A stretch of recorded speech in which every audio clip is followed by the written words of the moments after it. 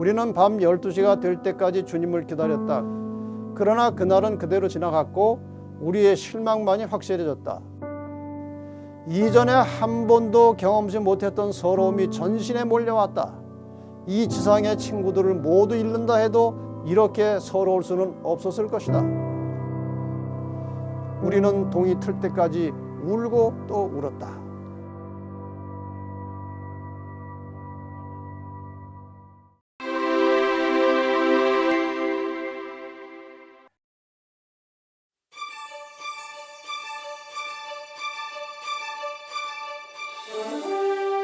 성경 예언에 의하면 인류의 역사는 분명히 끝이 있습니다. 그리고 그 끝에 가면 영원히 살아남을 자와 영원히 멸망할 사람들, 이렇게 둘로 나누어집니다. 창세기 3장 15절을 다시 한번 잠깐 살펴보겠습니다. 내가 너로 여자와 원수가 되게 하고 너의 후손도 여자의 후손과 원수가 되게 하리니 여자의 후손은 내 머리를 상하게 할 것이요 너는 그의 발꿈치를 상하게 할 것이니라. 이제 이 말씀이 대강 이제 어떤 일인지 그려지시죠. 두 편이 나누어지고 싸웁니다. 여자와 여자의 후손, 그리고 뱀, 용과 용의 후손, 이렇게 해서 이제 싸우는 역사가 곧 인류의 역사고 지구의 역사입니다. 이러한 선악의 치열한 싸움터에서 선에 속해 있었지만 떨어져 나갈 사람들도 있을 것이고 살아남을 자들도 있을 겁니다. 이러한 현상에 대해서 이사야 10장 21절에 보면 남은 자, 곧 야곱의 남은 자가 능하신 하나님께로 돌아올 것이라. 여기 남은 자라고 하는 개념이 나옵니다. 로마서 9장 27절에도 이스라엘의 뭇 자손의 수가 비록 바다의 모래 같을지라도 남은 자만 구원을 얻으리니, 이게 남은 자가 살아남고 구원을 얻겠다, 그런 뜻입니다. 이 남은 자라고 하는 것은 당대의 죄악적 조류를 역류해서 하나님의 뜻을 찾아서 충성하는 사람들을 말합니다. 어떤 의미에서 요즘 쉽게 우리가 흔히 쓰는 말로 하면은 그 시대의 왕따들입니다. 시대를 따르지 않고 시대를 역류해서 하나님 뜻을 찾아서 충성하는 사람들, 이런 사람들을 남은 자라고 말합니다. 우리가 역사를 통해서 이 남은 자들의 계보를 잠깐 살펴보겠습니다. 초기 인류 역사를 지나면서 대부분의 사람들이 완전히 타락했습니다. 거의 모든 사람이 다 하나님을 떠났고 배도하고 타락했습니다. 이때에 끝까지 남아있던 자들이 노아의 가족들입니다. 그 다음에 이제 바벨탑 이후에 아브라함이 부르심을 받았고, 아브라함의 부르심 이후에 아브라함의 씨에 의해서 이스라엘 민족이 형성이 되죠. 이스라엘도 여전히 배도하고 타락했습니다.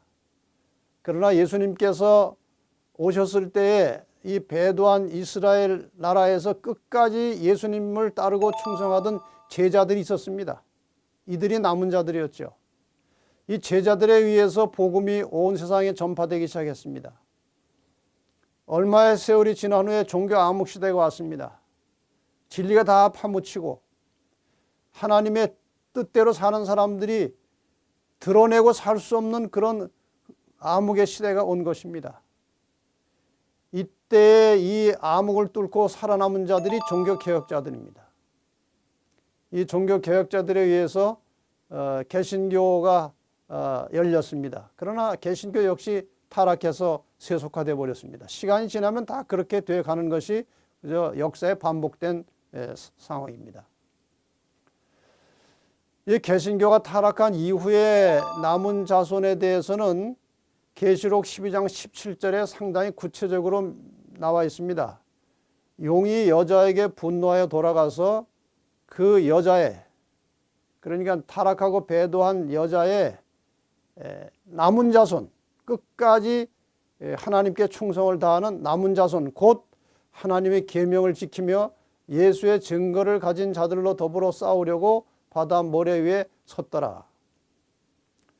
그러니까 이 사탄이 공격하는 마지막 대상이 누군가? 그게 남은 자손들입니다. 계명 지키고 예수의 증거를 가진 남은 자손들을 이 사탄이 마지막에 공격하게 될 것입니다. 그래서 이 신교의 타락 이후에 또 남은 자손이 탄생할 것이 예언되어 있습니다. 이 남은 자손들이 이제 마지막에 핍박을 받습니다. 아주 격렬한 극심한 핍박을 받습니다. 그래서 많은 사람들이 그 핍박 때문에 떨어져 나갈 겁니다. 그런 와중에 끝까지 살아남을 자들을 14만 4천이라고 하는 것입니다.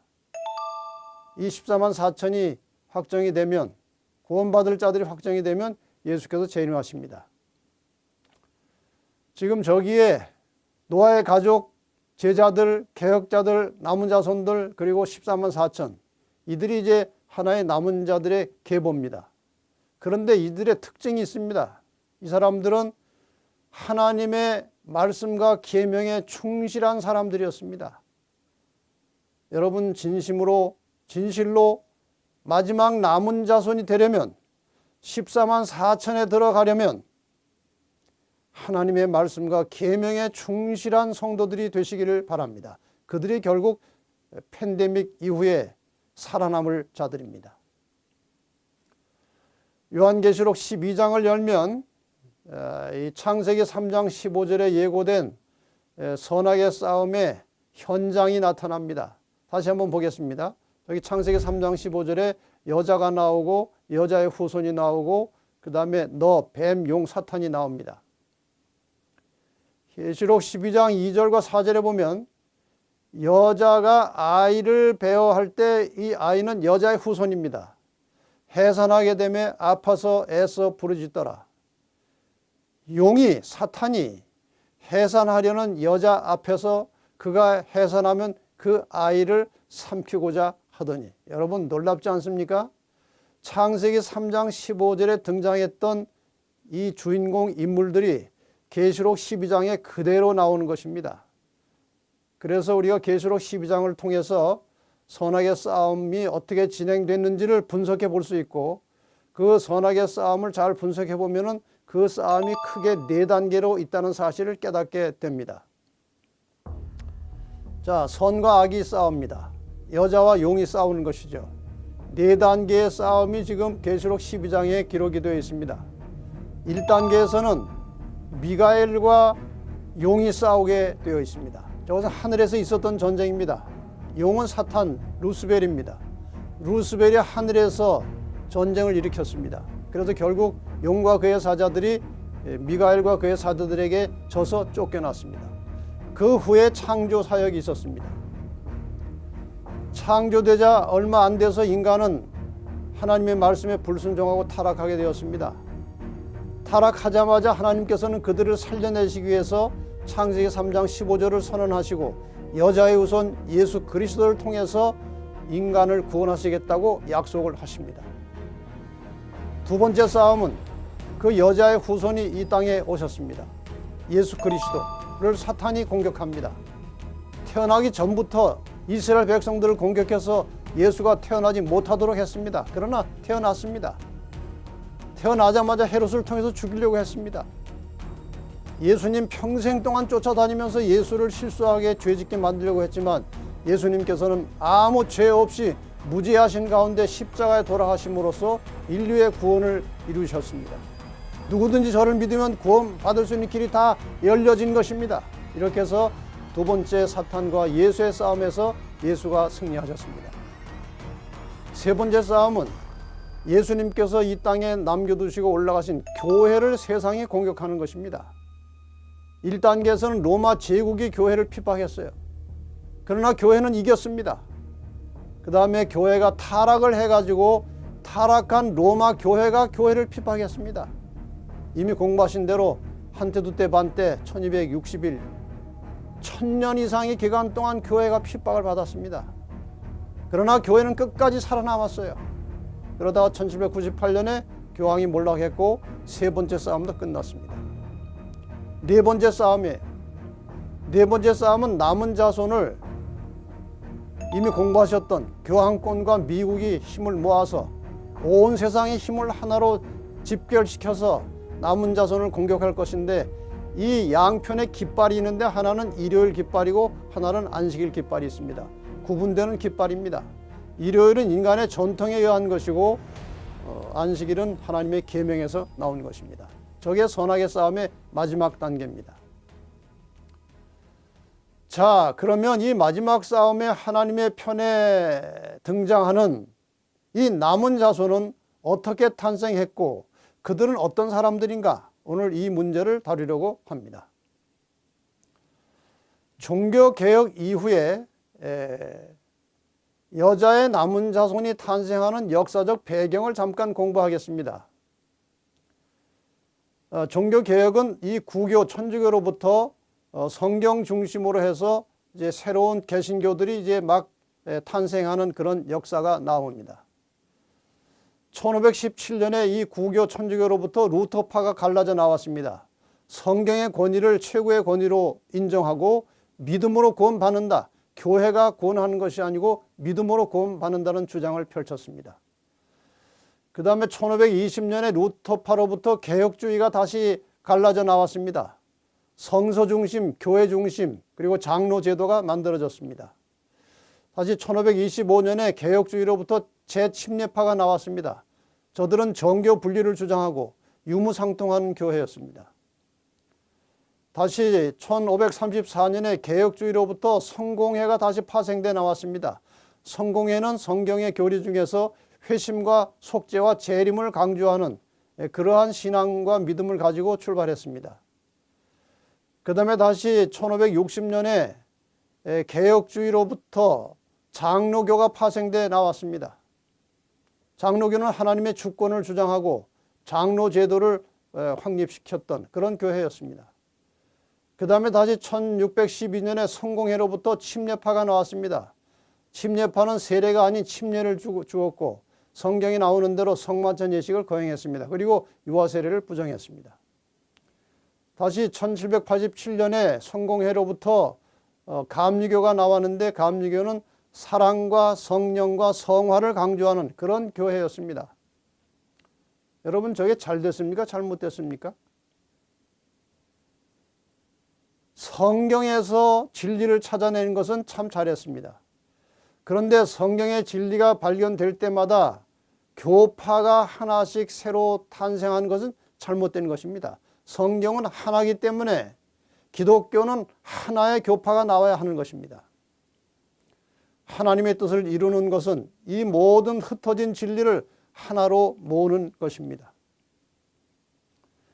이렇게 교파별로 각각 가지고 있는 성경의 진리를 하나로 모으는 것은 이 교단적 이기심과 편견 때문에 결코 쉬운 일이 아니었습니다. 그런데 이 성경상 종말의 시대라고 할 수 있는 19세기에 들어서면서 북미에서 한 특별한 사건이 일어나게 됩니다.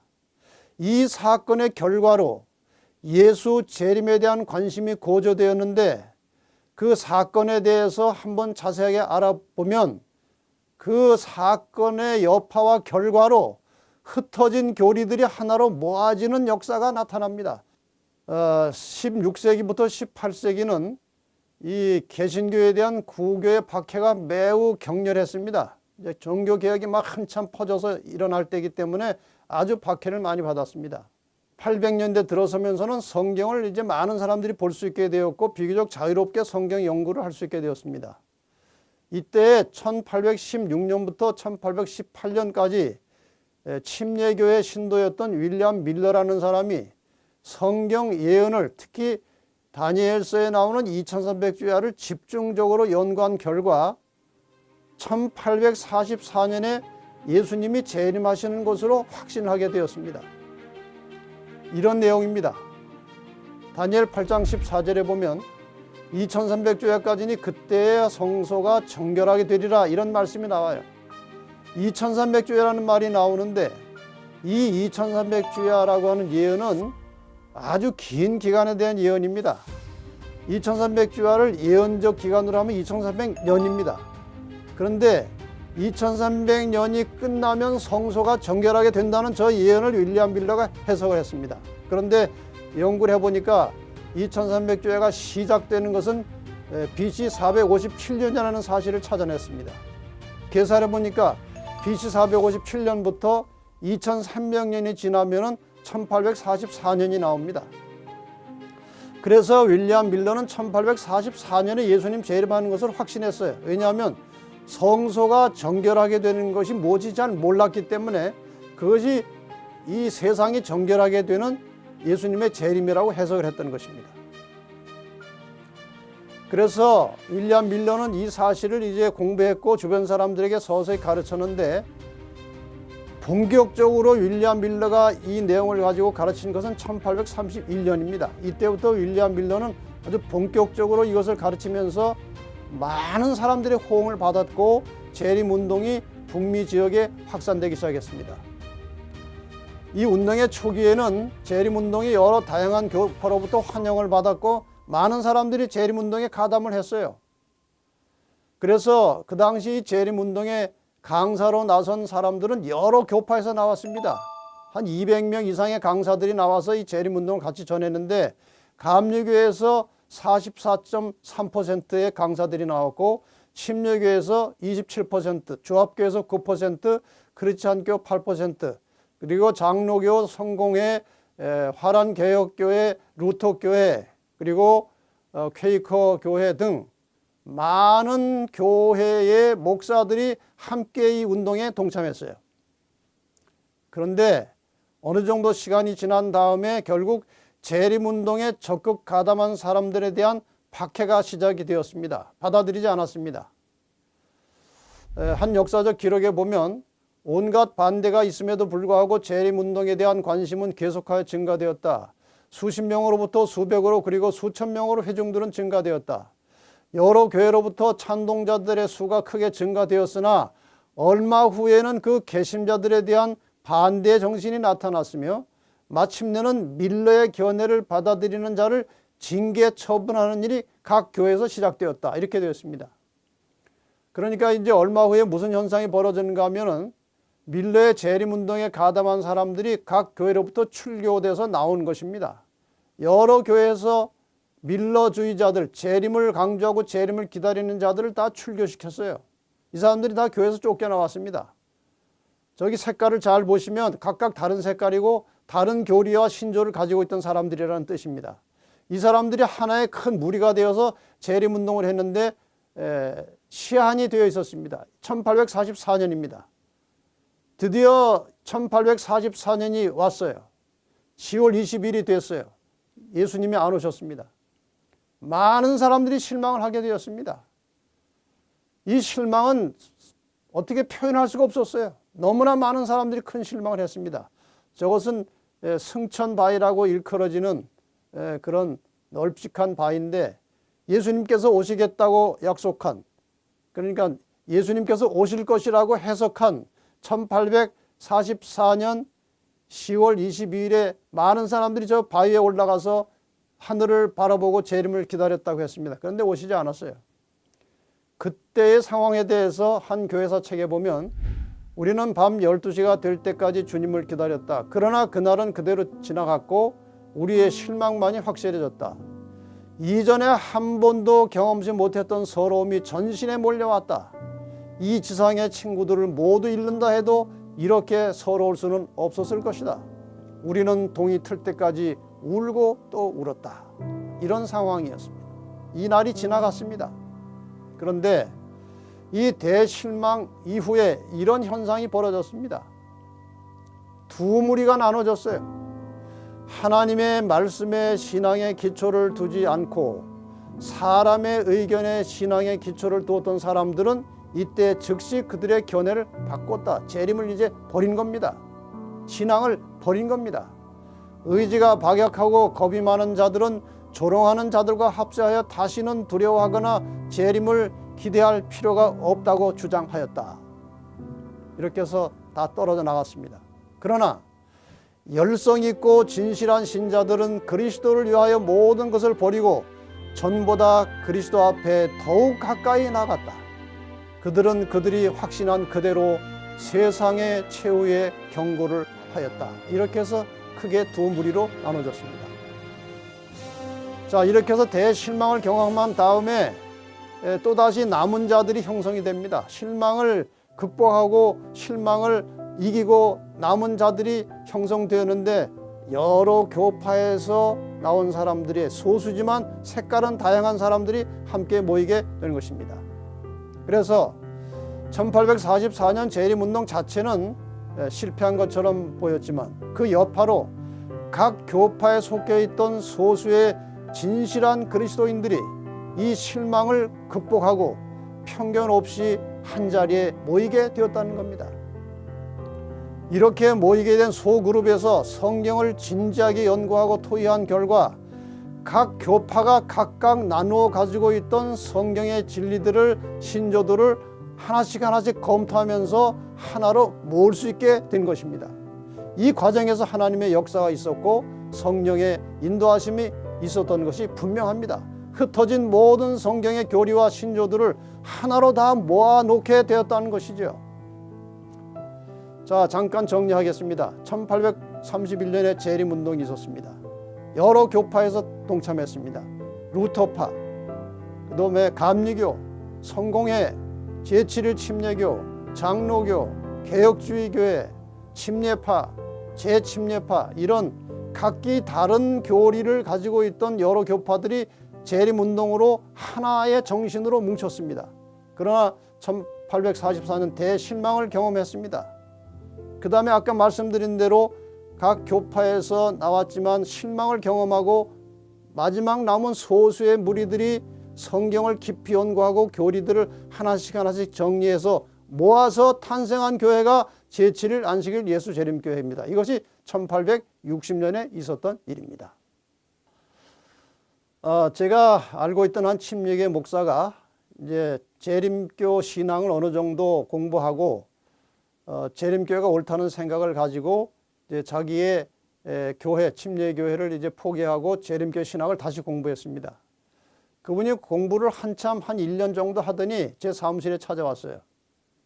목사님, 제가 침례교회 목사로 있을 때에 이 교회가 성경하고 다른 것이 너무 많아서 제가 성경대로 믿는 교회를 한번 새로 만들어 볼까 그런 생각을 했었습니다. 그런데 이 재림교회에 와서 보니까 다 들어있네요. 그래서 제가 뭐 다시 만들 필요가 없게 되었습니다. 뭐 하나의 지나가는 이야기지만 이 재림교회는 다른 각 교파가 가지고 있는 중요한 성경의 진리와 신조와 교리들을 다 한꺼번에 모아 가지고 있는 교회입니다. 자, 이 교부들의 신앙이라는 천주교에서 나온 책에 보면 이 안식일 교회를 비판하는 내용인데 상당히 일리가 있어요. 제7일 재림교회인 안식교회 교리를 보면 여러 교회 교리를 한두 가지씩 따다가 잡채를 만들어 놓았다는 느낌을 준다. 여러 교파 교리를 다 따왔다 그 말입니다.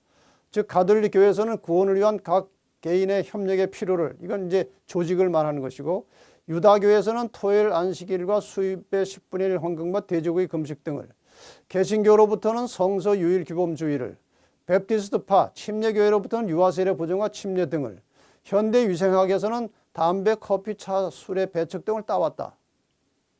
상당히 일리가 있는 말씀이에요.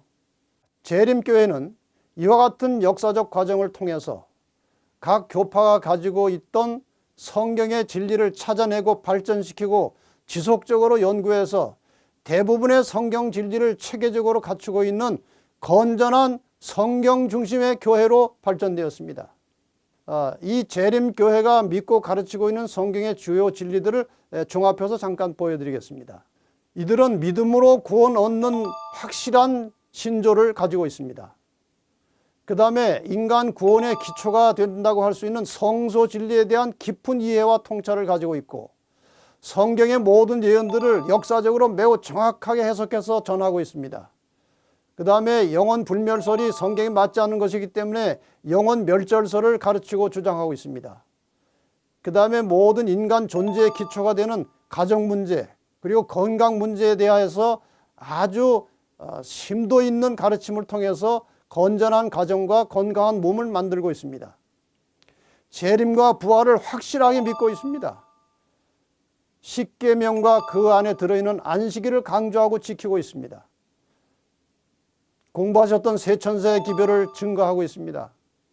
성경대로 침례를 받고 성만찬을 하고 있습니다. 여러분, 이와 같은 교리들이 하루아침에 만들어진 것은 물론 아닙니다.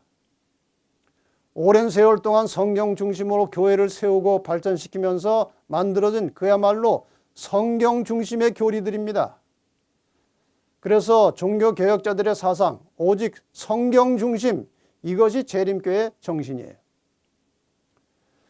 자, 그러면 마지막으로 여자의 후손의 남은 자손의 특징에 대해서 계시록 12장 17절이 언급하고 있는 내용을 잠깐 살펴보고 마치도록 하겠습니다. 그 여자의 남은 자손 곧 하나님의 계명을 지키며 예수의 증거를 가진 자들이다, 이렇게 되어 있습니다. 하나님의 계명, 예수의 증거, 이 두 가지가 상당히 중요한 내용입니다. 자, 이 말씀에서 이 남은 자손의 특성을 살펴보면 그들의 특징과 사명이 있다는 사실을 발견하게 됩니다. 자, 그럼 예수의 증거가 무엇인가에 대해서 1차적으로 성경의 본문만 가지고 일단 먼저 설명을 드리겠습니다. 계시록 1장 2절 보면 요한은 하나님의 말씀과 예수 그리스도의 증거, 예수의 증거, 곧 자기의 본 것을 다 증거하였느니라 그랬어요. 그러니까 계시록 1장 2절에 의하면은 예수의 증거는 자기의 본 것이고 그것은 요한계시록 내용을 말하는 것입니다. 다시 말하면 성경의 예언을 가리키고 있습니다. 계시록 19장 10절에도 예수의 증거는 대언의 영이라는 말이 나옵니다. 이 대언의 영이라고 하는 말은 영어로 Spirit of Prophet입니다. 예수의 증거는 대언의 영이다. 저것을 그냥 해석하면 예언의 정신, 예언의 신을 말합니다. 그러나 이제 저 내용의 핵심 단어는 prophet, 예언을 가리키고 있습니다. 이 점을 염두에 두시면 찾아낼 수가 있습니다. 남은 자손의 특징이 무엇이냐? 계명을 존중하여 준수하는 것입니다. 계명 속에 들어가면 안식일이 있어요. 그래서 안식일을 준수합니다. 이 사람들은.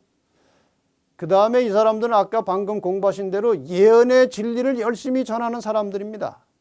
여러분, 예언을 공부하다 보면 지금까지 이제 공부를 많이 하셨지만 예수의 재림에 초점이 맞춰져 있어요. 모든 예언의 초점은 예수의 재림이에요.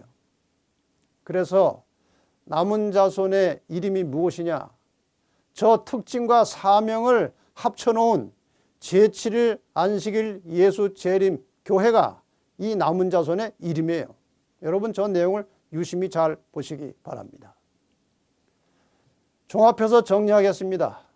저 남은 자손들, 제7일 안식일 예수 재림 교인들은 첫째, 성경을 절대적인 신앙의 권위와 기준으로 믿습니다. 둘째, 예수를 믿음으로 구원받는 것을 확고하게 믿습니다.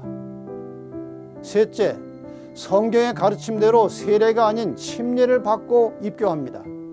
넷째, 구원받은 성도로서 안식일을 포함하여 계명에 순종하는 믿음을 가지고 삽니다. 다섯째, 몸이 하나님의 성전임을 믿고 건강관리를 철저하게 하는 사람들입니다. 여섯 번째, 건전한 삶을 위해서 가정과 자녀 교육을 매우 중요시합니다. 일곱 번째, 성경 예언에 기초해서 예수의 재림과 부활을 확고하게 믿는 사람들입니다.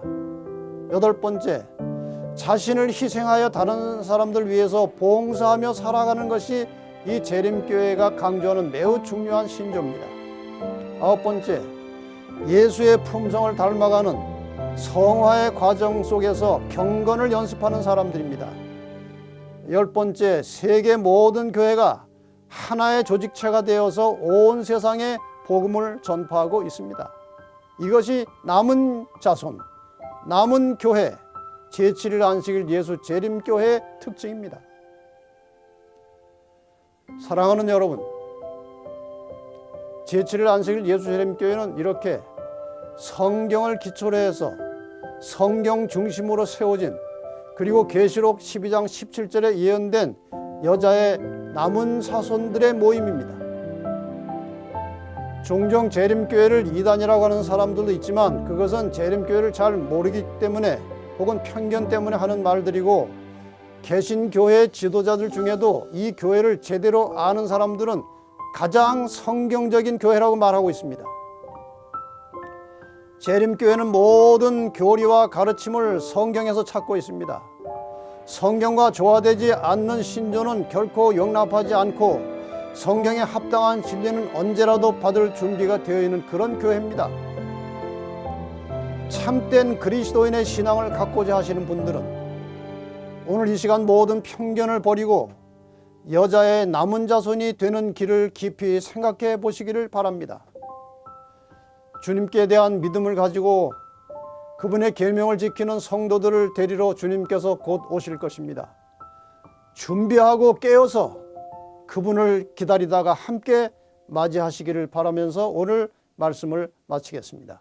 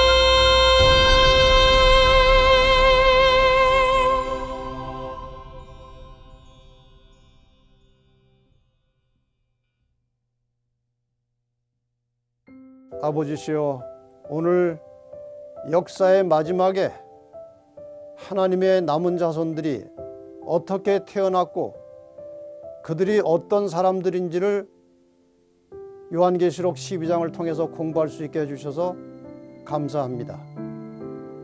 아버지시여, 오늘 이 말씀을 들은 많은 분들이 때로는 혼란스럽기도 하고 이전에 가지고 있던 편견 때문에 이 말씀이 마음에 잘 닿지 않을 수도 있습니다. 그러나 지금까지 저희가 함께 나눈 말씀은 모두가 성경에서 나온 말씀이고 역사가 증거하고 있는 것들입니다.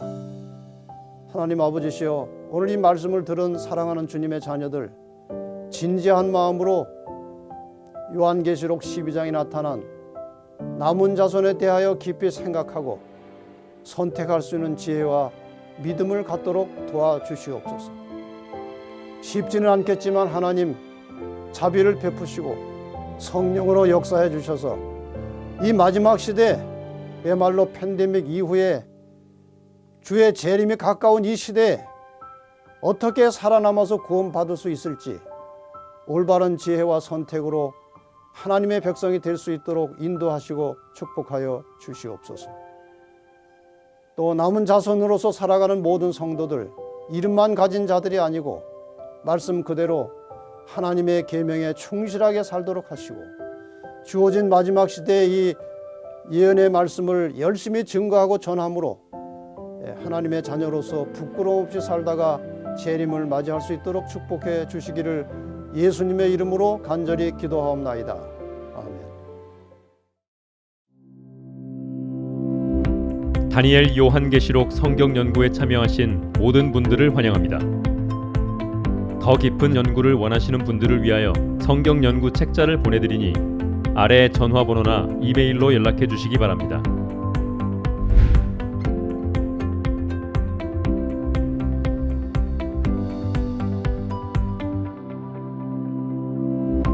포스트 팬데믹 위기인가 기회인가?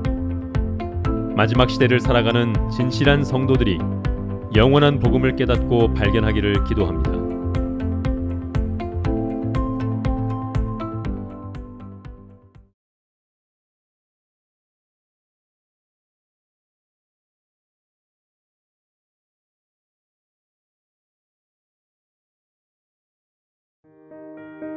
가시 면류관 쓰시고 죄인의 모습으로 피 흘리며 돌아가셨던 예수께서 이제 영광의 면류관을 쓰시고 왕 중에 왕으로 취임하시는 장면이 나타납니다.